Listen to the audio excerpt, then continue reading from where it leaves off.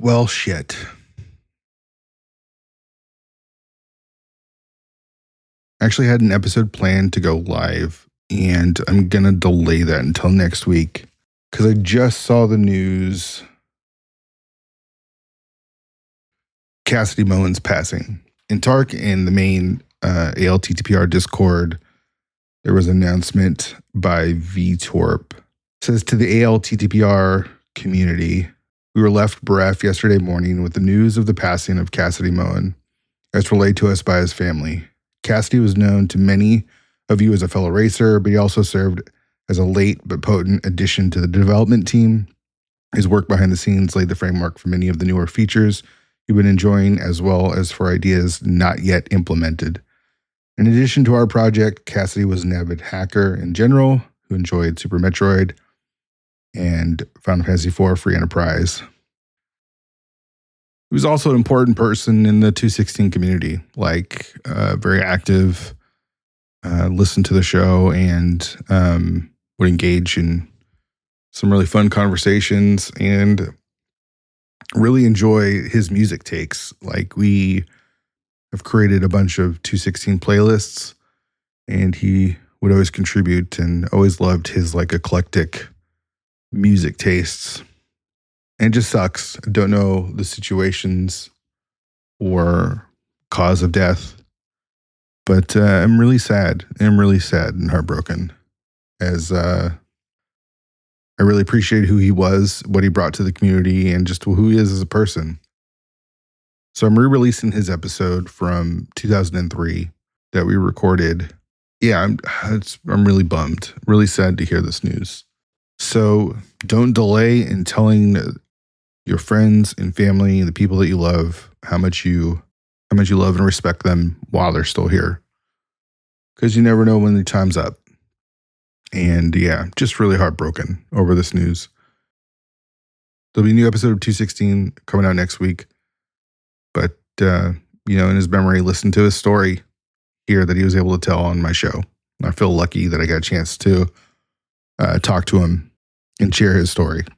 We'll miss you, dude. We'll miss you.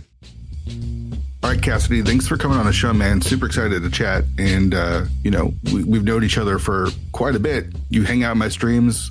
I know that we have a very similar relationship to music because of all the times that we've been jamming in my stream with all the stuff that you've brought. But I don't really know you all that well, and I don't know if you kind of really put yourself out there in the community all that much, other than being a part of the community. So I'm super excited. Yeah. Thanks for having me on. Big fan of the show. You have a different relationship with ALTTPR than some other people. Like, you're not a commentator. I know you've done comms occasionally, and you're not really a tracker, and you play a little bit. I see you play a little bit, but you are more now, especially in the dev side of things, right? Like, that, would you say is mostly your role? Yeah, pretty much. I used to race a lot more, like back in the day, like 2018 to 2019 maybe, but yeah, most of the time, I still race in the ladder, but most of my engagement with it, I would say, is doing development, mostly on the the ROM side of things. And what does that mean? What do you mean by the ROM side of things? Like, actually changing what happens to the ROM when it gets patched over? So basically, the way the project is structured kind of is there's what we call the template assembly, and assembly is basically machine code for the SNES, right? So so there's a lot of ROM hacking basically that goes into making everything work and appear seamless. So what we have is the way it's structured is we have the base ROM, which is just kind of this blank slate. And then that's all written in assembly. And then the randomizer just writes data to it. It doesn't write any Super Nintendo code or anything. All it does is write your items and your bosses and stuff. Okay. So yeah, so mostly what I'm doing is fixing bugs in the ROM, or just writing new features, stuff like that. Okay. We'll get to that more specifically. Let's go back to when you first played Link to the Past. Was it as a kid? Were you growing up playing Link to the Past and the Nintendo? Yeah. We had a Super Nintendo as far back as I can remember. I think I was born a little bit before it came out, but yeah, we had it as a kid. I remember like my family playing it, my older siblings, my dad would play on occasion, and like I'd be, like 3 or 4, and they'd like help me out, or be like, oh, can you help me? Can you like beat this boss, do this dungeon, or like where do I go? That type of thing. It was out before you were born, is what you just said, right? So you were pretty young then when you were first playing it. Yeah, well, no, I was born maybe a few years before the SNES was released. Okay. Yeah. But so that was your first console that you can remember. Yeah. We also had we had a computer in the house. It was like a Tandy something. I forget the model, but it was like one of those DOS computers. Mm-hmm. And like it had like 16 colors on the screen or whatever. And we had a couple games for that. The one I remember most was like the Black Cauldron. It was one of those like Sierra adventure games. Yeah, for sure. Yeah. That's awesome. So you grew up in a family that was already gaming then. It sounds like you were probably the youngest, right? Yep. Okay. So you had older siblings already playing games. How much of the Super Nintendo do you really remember? Or is it more like vague memories? I'd say I have pretty strong memories because okay. Yeah, I played it a lot, and then like as I got older, like I got into emulation and stuff and kept playing it basically. Okay. Did it stick with Nintendo, or did you guys move on? Did you have other consoles and other systems you were playing? I think my older brother got like a Nintendo 64, then he traded that for a PlayStation or something. Somewhere along the line. Then like somewhere around 2001 or so, I think my parents got us a PS2. And that's basically it for consoles for me. Okay. Well, do you remember playing a lot of the PlayStation 2? Was there a game or something that you played a lot of on any of the systems you remember growing up? Not too much, just a little bit of this and that. I'd like rent games or whatever, I'd occasionally buy one. Like I bought Kingdom Hearts when it came out. I think Burnout, one of the Burnout games. I can't remember what it was called. Yeah, I haven't played Burnout in a long time. That was a lot of fun though. Yeah. So what were you doing? Because it doesn't sound like you were gaming a lot. Did you have other interests as you were growing up? Was music one of them? Yeah, I was into music, mostly just as a listener. And then like when I was a teenager, like some rapper I was into had like a remix contest type thing. And I got kind of into that. I didn't submit anything, but it was one of those things where it's like listening to other people's remixes of these songs I liked, and then I'm like, whoa, how do they do that? So I kind of got into that, like into sampling and stuff like that. I never really played an instrument. I kind of like learned like basic piano and just a little bit of music theory and whatnot. But so so when I'd stream in the past, I used to have like a YouTube request thing that is built into one of these bots. I don't even remember, but we'd play Link to the Past randomizer, and then we'd have the YouTube requests going, and everyone would request like the normal popular stuff. But then you came in, and you'd always come in with like some stuff that either I'd never heard of, or like again remixes of stuff that was like really, really cool. So I take it that is where the interest began and I guess continued. Yeah. Like mostly I listened to the radio. I had a friend as a child who was like really into music and would always send me stuff. I got like kind of into like hip hop and stuff like that. Different labels and stuff like Rhyme Sayers. I'm trying to think who's on them, but people might recognize that name. But it wasn't like top 40 stuff, right? It wasn't like the big, or were you into that as well? I guess your interests might have been diverse. Yeah, a little bit. I mean, I'm just kind of like whatever when it comes to that. I just listen to whatever's on, and if it's good, then check it out. So I'm trying to think back. So is this like when you're talking about that like remix stuff? When is this? Is this early 2000s? Yeah, probably around 2004, maybe. Okay, so the computer has obviously changed music drastically with the way that you can do anything and everything with just a laptop now.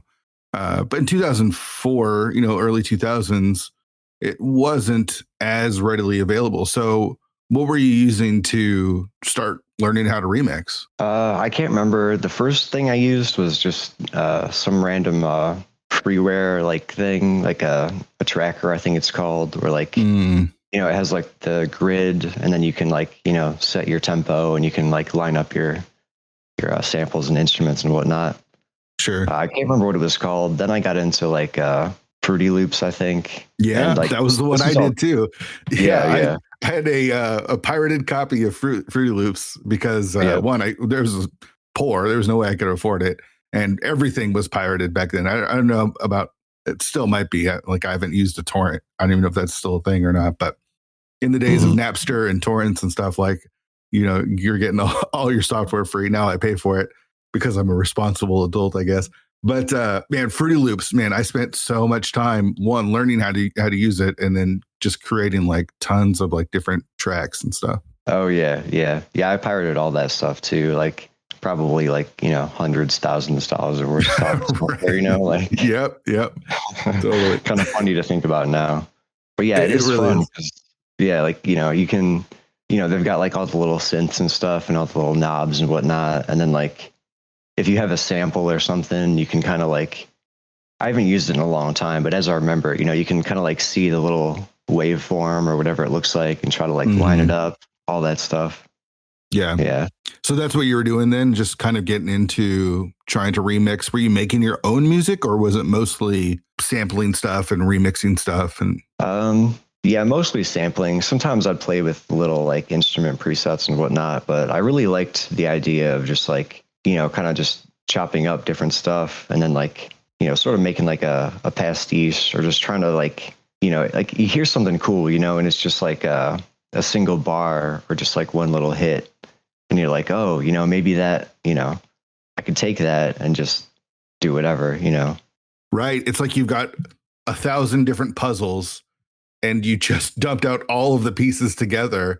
And it's like, oh, maybe this piece could go with this puzzle over here. You know what I mean? Like it's so fun kind of putting them all together. Like I'm a huge Beastie Boys fan, and Paul's Boutique was one of the most influential and biggest like albums that had so much sampling.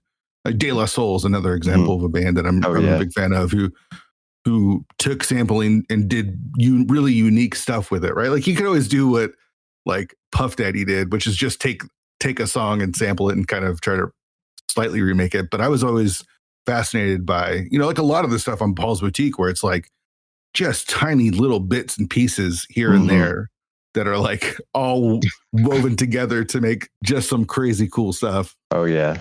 Yeah, I was a big fan of the Beastie Boys too. Yeah, like that's just hugely influential album. Like you probably couldn't even make it today without it costing a fortune, Oh yeah. Yeah. So what else were you listening to that was like influential to you? At the time, like I listened to a lot of RJD2, who's another producer. Okay. Just a couple I can think of, like Madlib, a guy named Blockhead who produced for a rapper named Aesop Rock. I'm trying to think. I listened to some like, sort of like 90s, a little bit of 90s and 80s rap. So kind of like, you got that like boom bap type sound that's pretty easy to imitate and stuff like that. Yeah. So did you ever want to pursue this? I don't know what you do for work, but did you ever want to pursue this as like as a job, or was it always just a hobby, that something that you did for fun? Yeah, I did. When I was younger, it was one of those things like I kind of fell out of it, but like at the time I was like, really into just like studying it and then experimenting with it. LP, I don't know if you've heard of him, another big producer, but he had a record label, and like I wanted to start my own record label, stuff like that.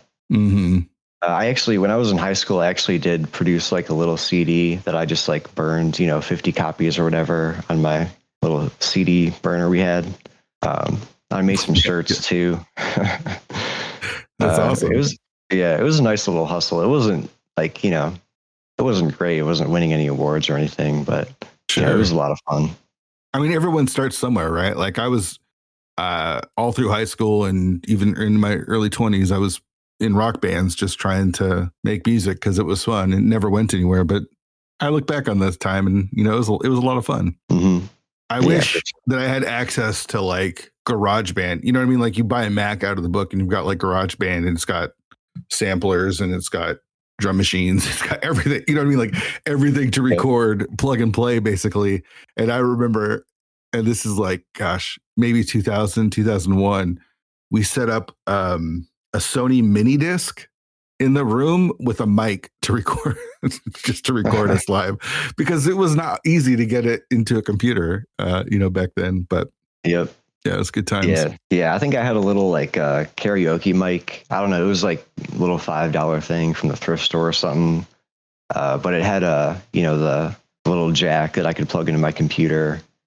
And so sometimes I'd plug it in and like we'd like record a acoustic guitar or whatever, stuff like that. Yeah. It's so funny going back to the like analog stuff in the early digital days. Like we didn't have SoundCloud back then. So sharing your music was also pretty tough. You, like you said, you'd probably just burn it on CDs and try to send them out or whatever. But so it feels like, and you correct me if I'm wrong, but video games were never your main hobby. Is that fair to say? Or was there a point where they became more of a focus for you?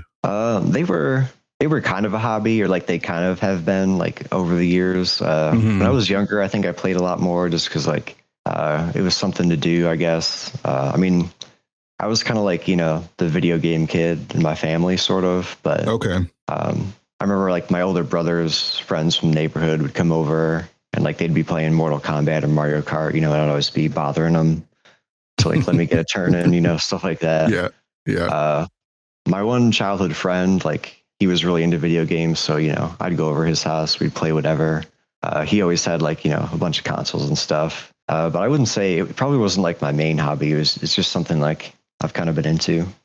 Sure.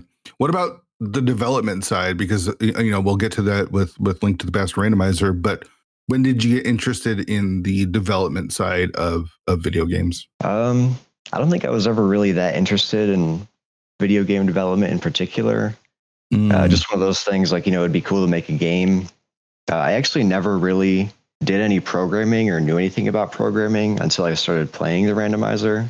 Oh, wow. So yeah, like it was kind of a coincidence because like around the time I started playing it, I had this book. I think it was called Python Crash Course. And I'm like, oh, I'm going to learn Python, and then like, so yeah, that all kind of came together, like converged at that particular moment. That's interesting. So you weren't coding growing up then, or learning any sort of code as you were coming up. There was no interest in like, I want to make a video game. That just sort of happened later. Yeah. I mean, when I was a kid, I think I learned how to do like some HTML and CSS, sure. Like little stuff like that. There was like my middle school had this C++ programming thing after school, but then like it went for 2 sessions and then it stopped. So besides that, yeah, I was never really into programming too much. Okay.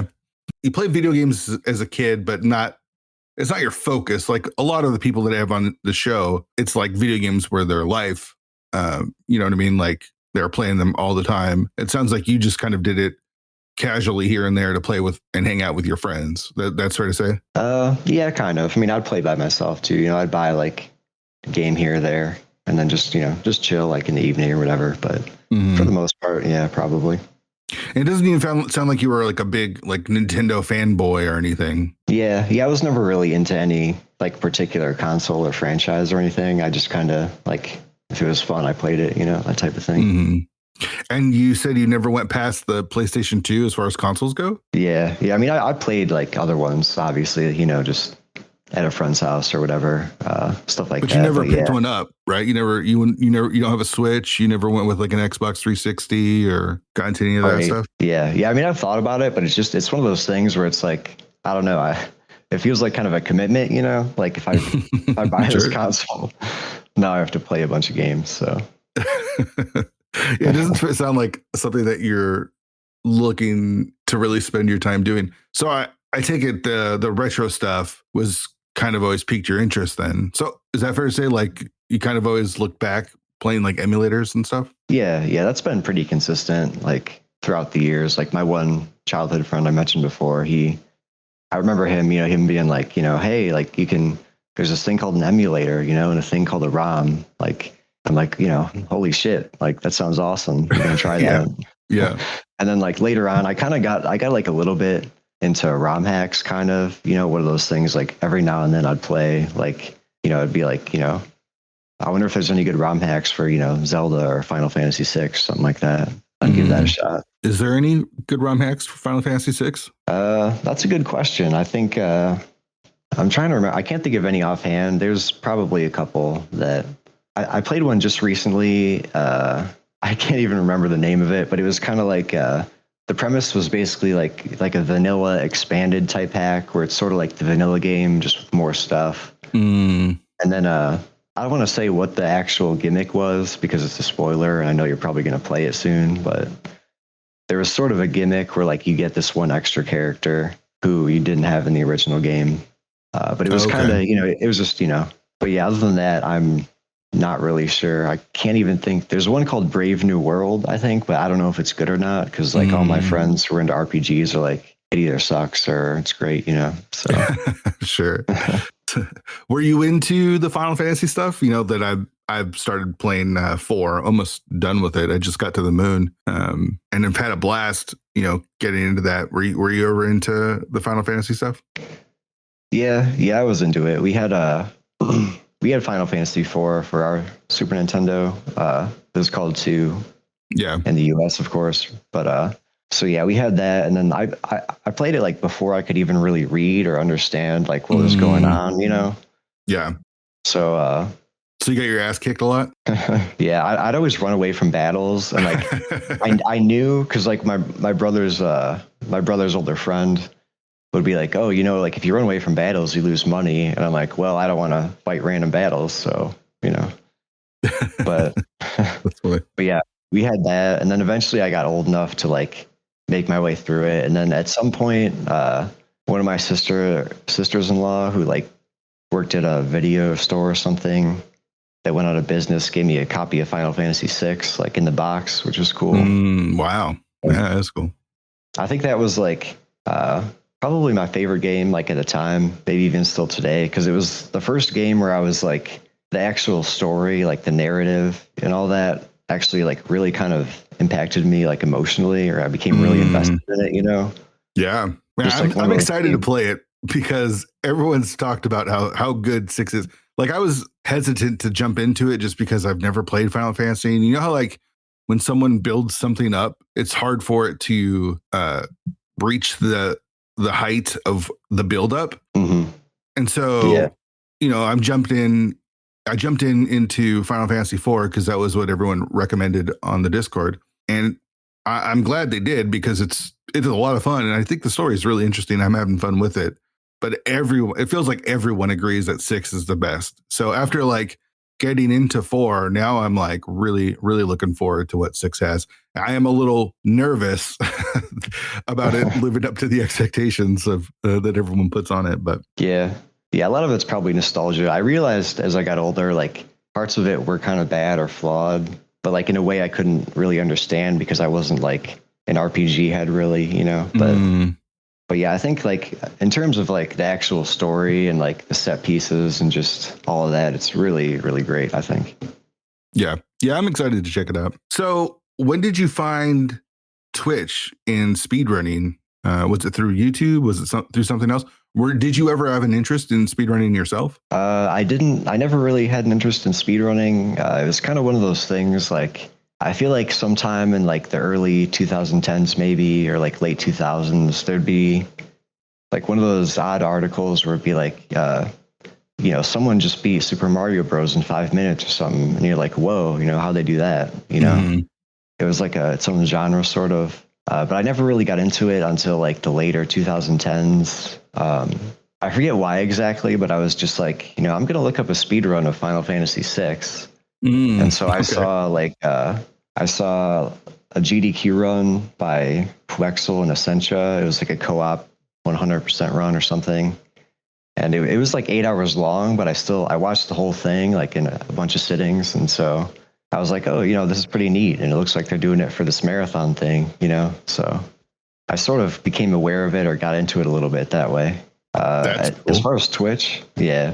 As far as like Twitch, I think I just had a friend recommend it to me, like, oh, you should check this out. And so, I looked at it, and then basically one of the first things I did was like, what's a game that I'm familiar with that I might actually want to, watch someone play. And it was A Link to the Past. And then that's how I found the randomizer, basically. Okay. So was that after you saw the GDQ stuff? Yeah. That had to be shortly after, like around the same time. Okay. That 8-hour run is that really the speed run for Final Fantasy VI? Yeah, it might be a little bit, I might be overselling. It might be like 7 or like 6.5, but I mean, that's a long ass time. But yeah, I think it's shorter now, but it's still, I mean, it's pretty long. RPG runs tend to be like quite a bit longer. Sure. Usually. Right. That's pretty bananas though.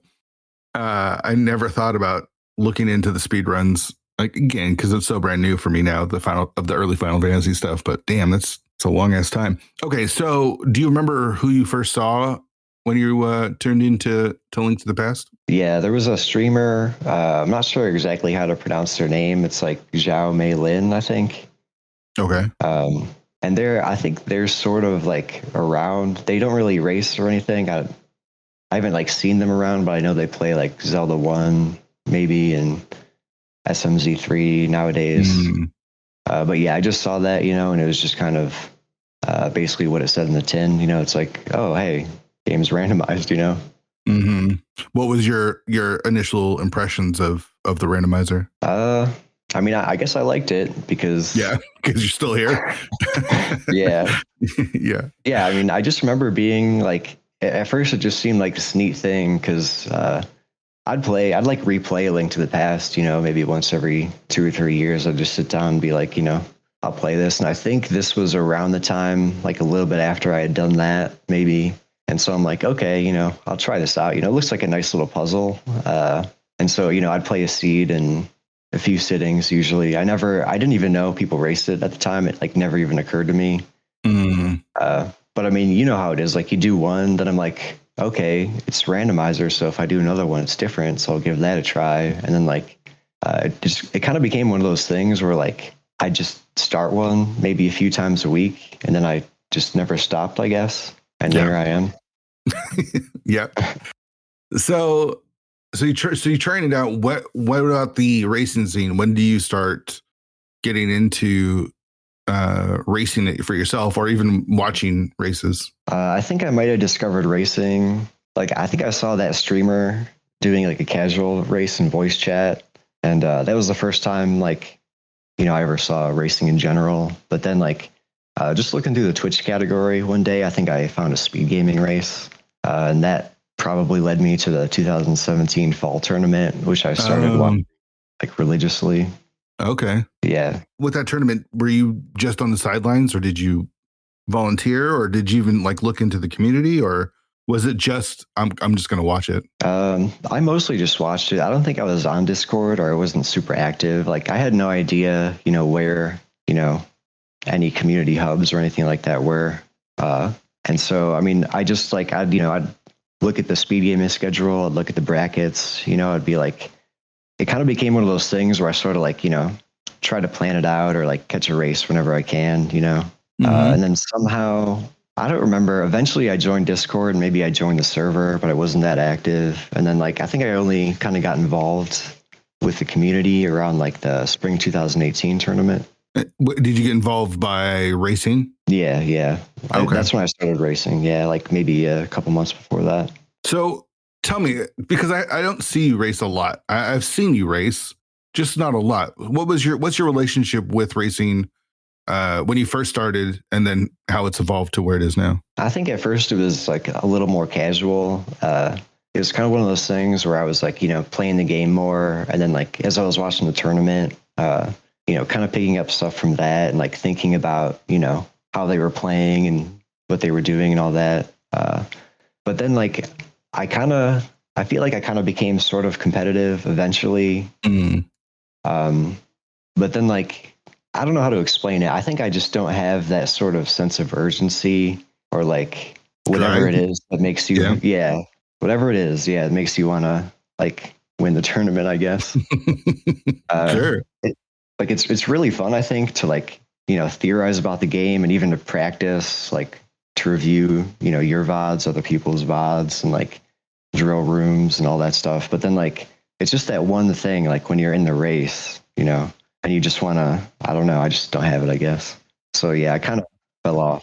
Yeah, it's the competitive like nature, right? Like you just don't have the desire, like you don't have to win, right? Like, is that what it is? Like there's nothing burning inside of you of like, I gotta win. Yeah, I'd say that. Yeah, it's not that you don't want to. It's not like you're trying to lose, but if you lose, it's also not that big of a deal, right? Like, right, yeah.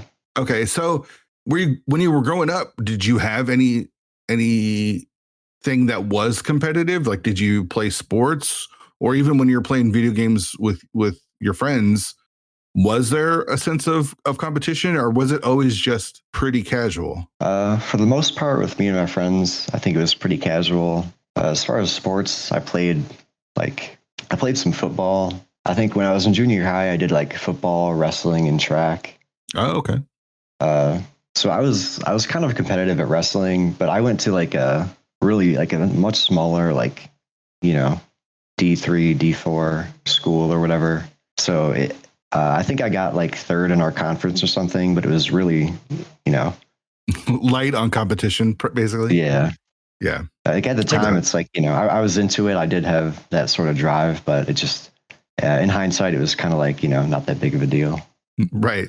It wasn't like you were competing at the top tier of the level that you were competing at. So it didn't matter as much, I guess. I don't know. Is that fair to say? Like, yeah, like now, like looking back, I don't really care. But at the time, I was, really into it, or I would take a loss kind of hard. Like I was a little competitive, but it wasn't. I don't know. Still wasn't a huge deal for me, I guess. Sure. Yeah, it's just it is kind of what our nature is, right? Like some of us have that competitive drive that pushes us. Some have it to a fault. And then some people don't have it at all. And it's just kind of what makes us who we are, I guess. Yeah. So you start racing. How do you do in some of the tournaments? I think the first one, the spring 2018, I did not make it to brackets. I think my record was 3-4. I want to say.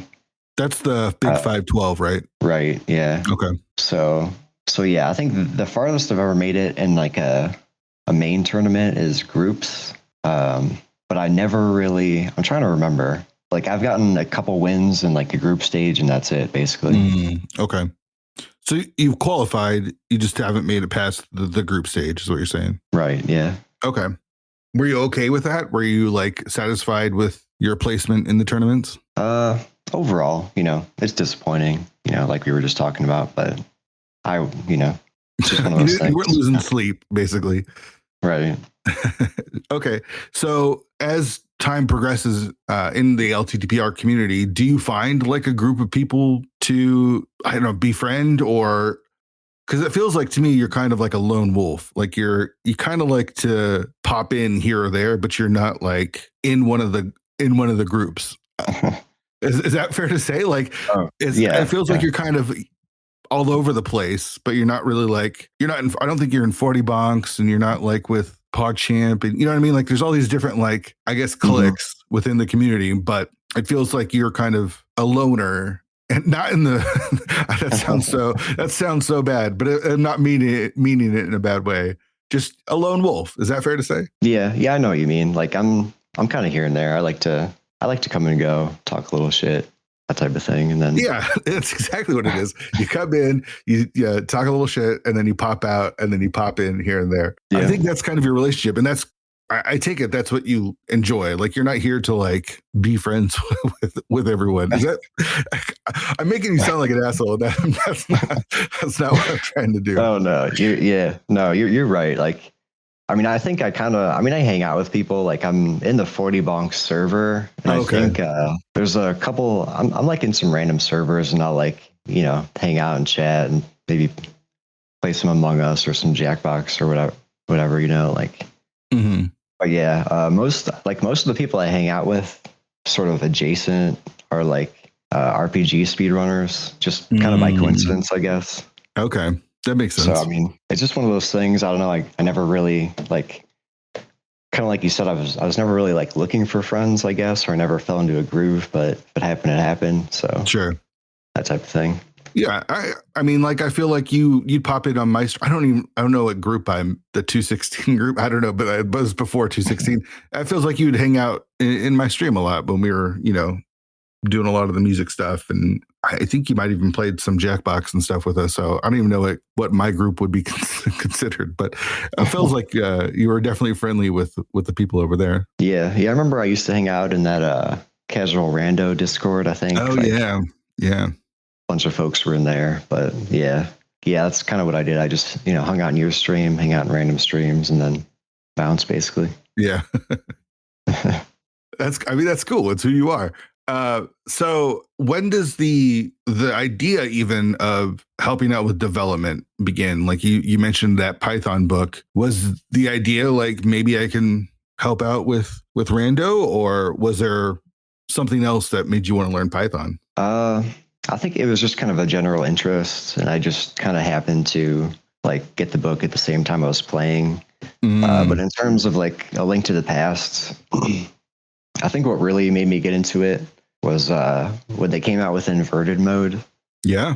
And there was like a lot of hype around it at the time. And, it was just one of those things where it's like, whoa, like, I wonder how they make it do that, like that type of thing. And so I started looking into like the source code and trying to build it myself. Like this was around the same time they made their like main repo private, because like the main randomizer has a public and a private repo. Oh. And so for some reason, I don't know, I guess people were annoying them, like building the randomizer when it was broken and reporting bugs and stuff. But anyway, yeah, so I did that, and then I was like, kind of struggling trying to get that going. And then I realized, so inverted mode, like originally, you couldn't play that with the entrance randomizer. Mm-hmm. And so basically the entrance randomizer is like a separate randomizer written in Python. So then I was kind of like, okay, maybe I can kind of try to bring these two things together, I guess. So you're the one we blame for inverted cross keys? Yeah, pretty much. Yeah. Okay. So did you have to work with like trying to figure out the logic and get that kind of stuff, or what was it that you're figuring out? Yeah. So basically I had to like do the logic. So like, the randomizer has like a whole like model of the world and where everything is and all that.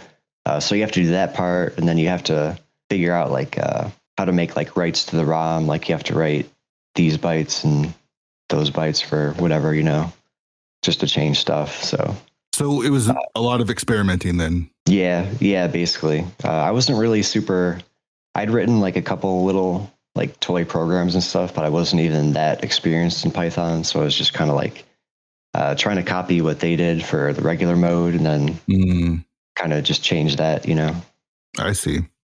But so it happens, right? Like you create what's needed for inverted cross keys. I remember when that happened. Do you then get invited to be a part of the dev team for the main branch? Not at that point. Basically, I actually had some trouble like getting a hold of the dev team, because like I have no idea what they're doing at that time. And it was just kind of like, I'm going to try this. Maybe they're doing it, maybe they're not. And like at the time I had the impression that the dev team like does a lot more than, and this is, I'm not trying to like, throw shade or anything. Yeah. But like, and this applies just as much to me today, but like, I thought, they were like, they might be making their own thing or this or that. But like, long story short, nobody was doing it. I had it. And then like one day, I think I was watching a VTorp stream or something, and he made some offhand comment about, maybe we'll have inverted for entrance. And I'm like, hey, I have inverted for entrance. And, and he was like, okay, talk to this other guy. But I wasn't invited on just yet. There's sort of like, there's a handful of like contributors who are like, kind of do this or that, but aren't necessarily like in the dev channel. Right. And so that was kind of where I was at.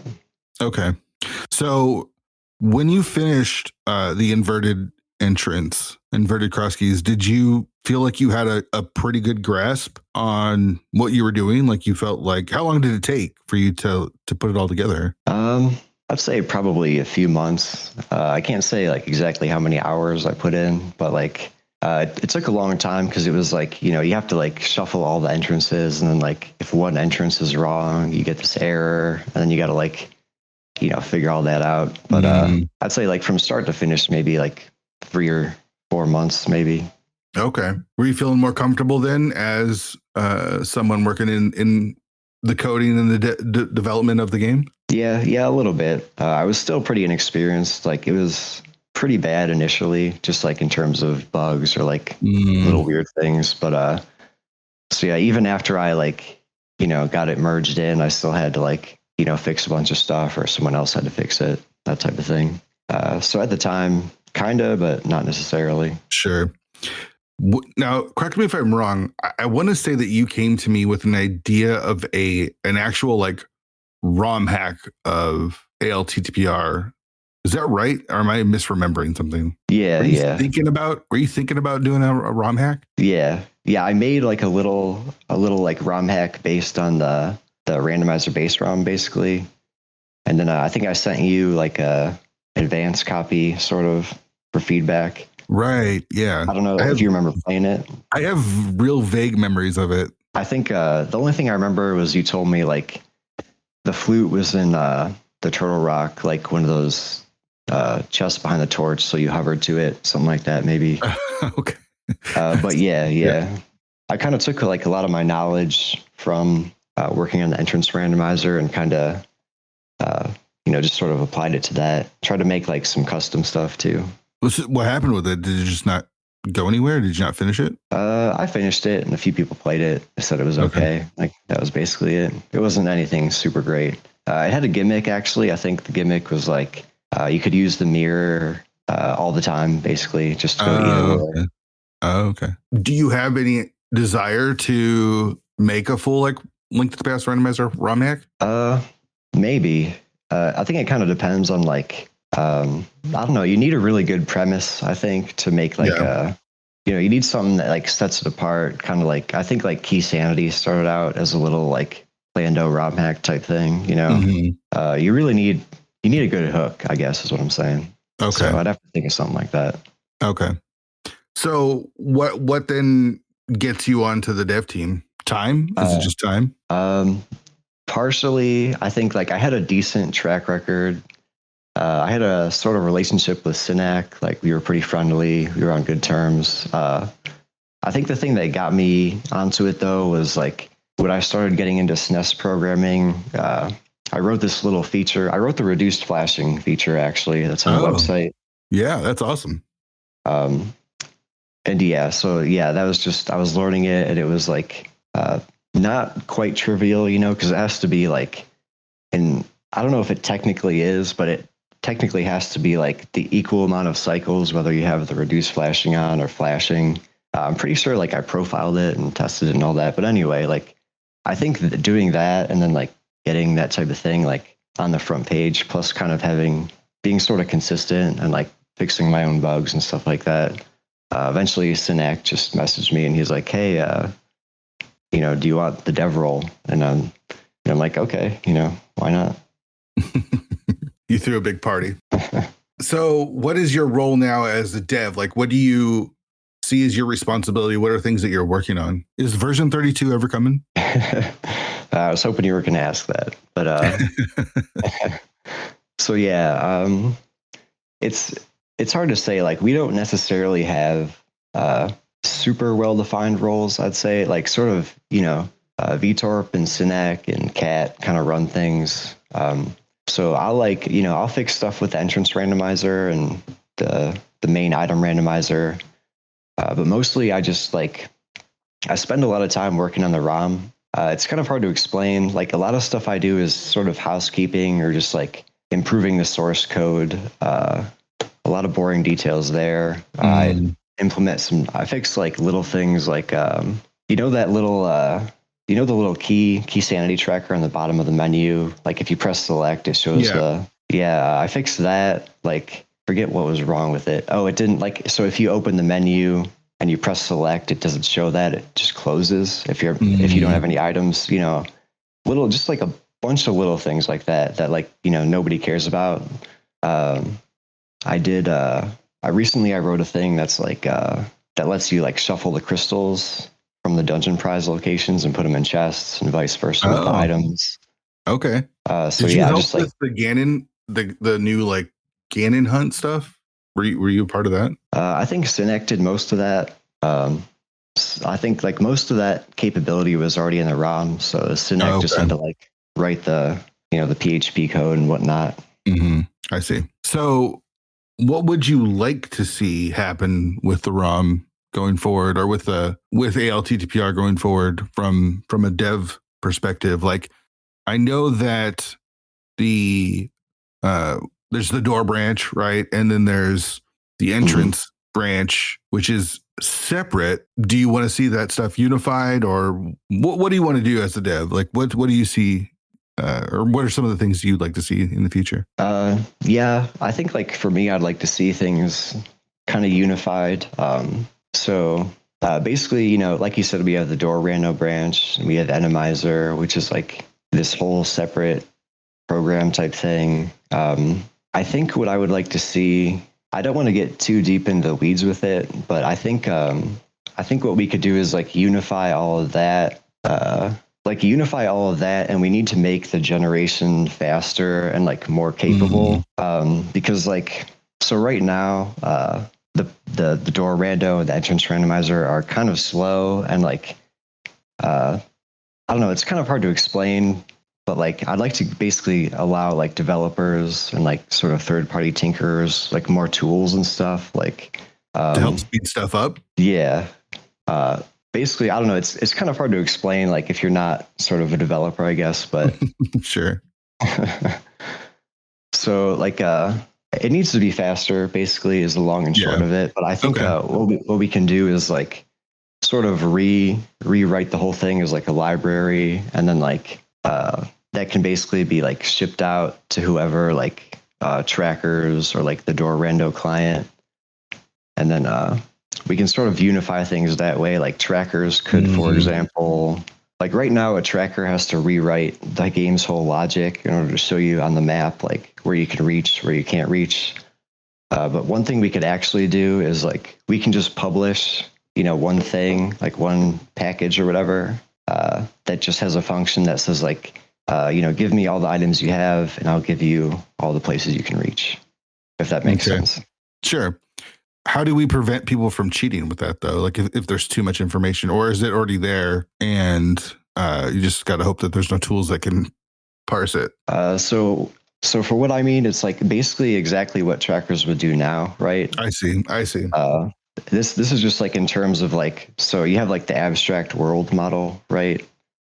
Sort of separate from the ROM and like where items are and stuff. And so you can have like, so the randomizer already kind of does this, right? It has this, when it's figure out like how to place items, it has a thing that says like, here's the items I can have, or here's the items I do have, here's the places I can reach. But then that exact same thing can be used for like auto tracking or like the map tracking that works now. Right. Yeah. I get what you're saying. In terms of cheating, like it's just, the same as we do now, basically. I see.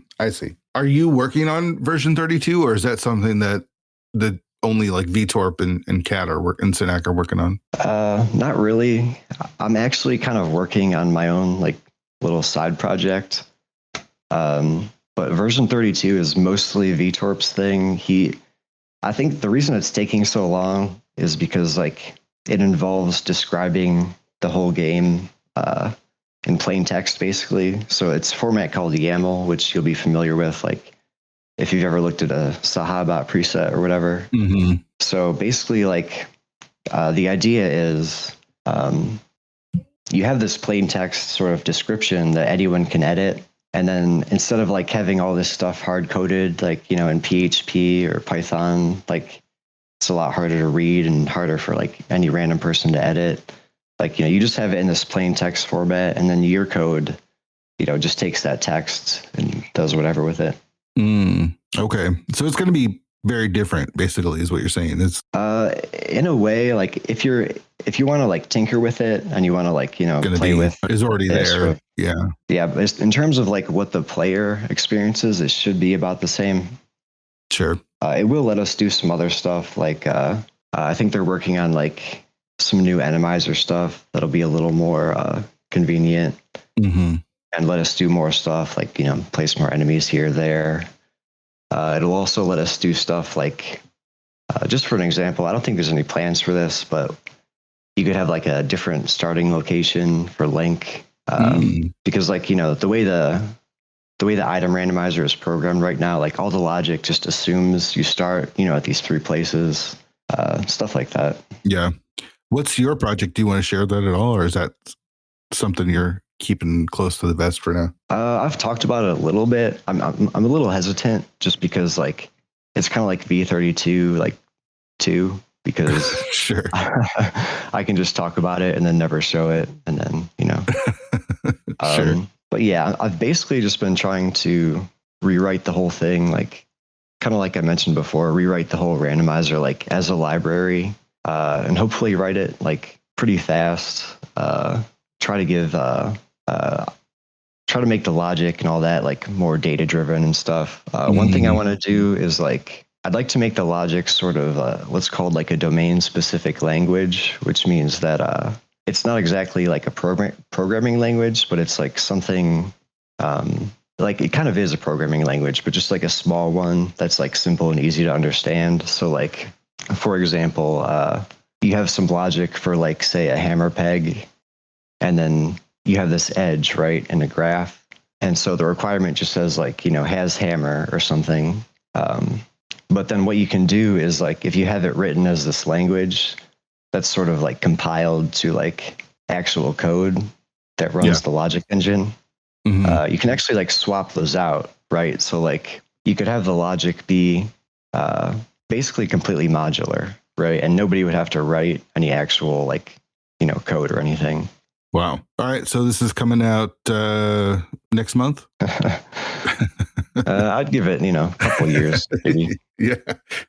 All right. So you do the dev thing. You race here and there on the ladder.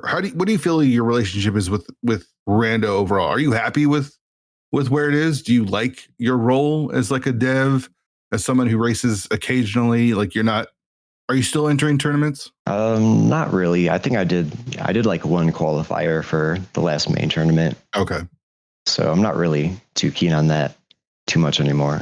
I'd say I'm pretty satisfied. I'd like to be the thing with like the dev work is like there's always more shit to do, and there's just so much shit to do. But and you always wish it was done a little faster, a little earlier, that type of thing. Sure. It is all volunteer work though, right? Like, I mean, you are volunteering your time. You're not getting paid to do this. Yeah. But yeah, I think, I'd like to race a little more. Lately I've been working on like a recent or a soon to be coming out, hopefully, update. So that's been taking up a lot of my time, but yeah, I'd like to race on the ladder a little bit more. Maybe, I always think, it's one of those things, like I always think, maybe I'll actually like make a run at a ladder title or something like that. But then I think, like I said, the lack of drive just kind of, just run out of steam. Sure. After a little bit. Yeah, the seasons are long too. Like you got to keep it going. Yeah. All right. Have you done any mod work or like admin work for tournaments? Have you wanted to run a tournament? I think you're a league mod, right? Yeah, mostly just the league, I want to say. I completely forgot to mention that, but yeah, I think I've been a mod since season 2. I realized like a little while back, I think I've technically been like on the league team longer than you have, which is funny. That is funny. Yeah. So you've been a mod since season 2, right? And you've been there since. So yeah, I mean, I was gone all of season 5, and now we're starting season 6. So yeah, but how did that even happen? How did you become mod for a league? I must have done it, right? Oh yeah, you recruited me. I think you just you saw the potential. And, yeah. But yeah, I mean, I've never really wanted to run a tournament. I think like my role as a league mod is just like I just try to make things a little easier for everyone else. Ideally, you know. Yeah. I don't want too much responsibility. I just want to like kind of help things sort of move along, I guess. Sure. Yeah, I get that. And that's, I think, why you've been a good league mod for as long as you have. Like, because we got rid of some people like after season 2 and 3, not because I didn't like them, but because they didn't do anything, and we needed people that actually did stuff. So, and have you played in the league? No, I never really. I've thought about it, but I just never. It was one of those things. I just never joined a team. So that's what I thought. All right. Maybe season 6. You're gonna get some guys together for season 6. Probably not. You know, it's getting a little late for that, but we'll see. All right. Tilt question, which is going to be, I mean, based off the conversation that we just had for the last hour, is going to be a little interesting because it doesn't feel like how do you get tilted if losing doesn't bother you? But so the question is this: how do you handle tilt, whether it's in the middle of a seed or at the end of a race? So yeah, in the middle of a seed, for me, it's one of those things where like I just try to like take stock of my options and like say, you know, you have a bad death to Malthila or something. You just kind of walk away from it, you know, and like do something else. Try to, you know, if you have something else. Sure. Or like, for example, like, you know, sometimes you have that situation where like you have a really annoying like last location chain, and it's just like, well, that's what the game is sometimes.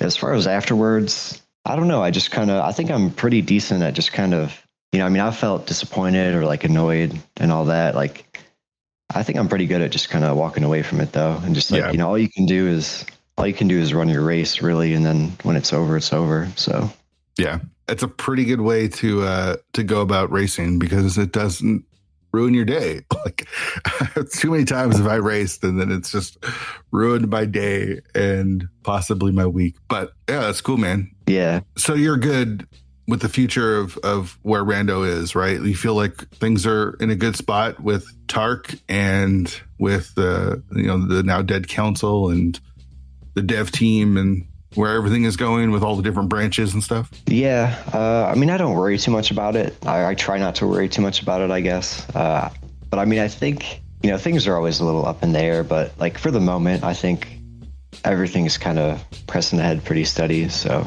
just hoping it stays on track, and I just, you know, try to do my little part. That's about it. Sure. I get it. Well, thanks for coming on the show, man. I really appreciate it. And, you know, send me some more tracks of stuff that I haven't heard because I always appreciate that. Like when we did the 216 summer playlist, I was really hoping that you threw out your songs because the songs that you gave are so good, man. I never heard any of those. So we'll have to keep doing that. But yeah, thanks for coming on the show, man. I really appreciate it. Yeah, thanks for having me. It was a good time.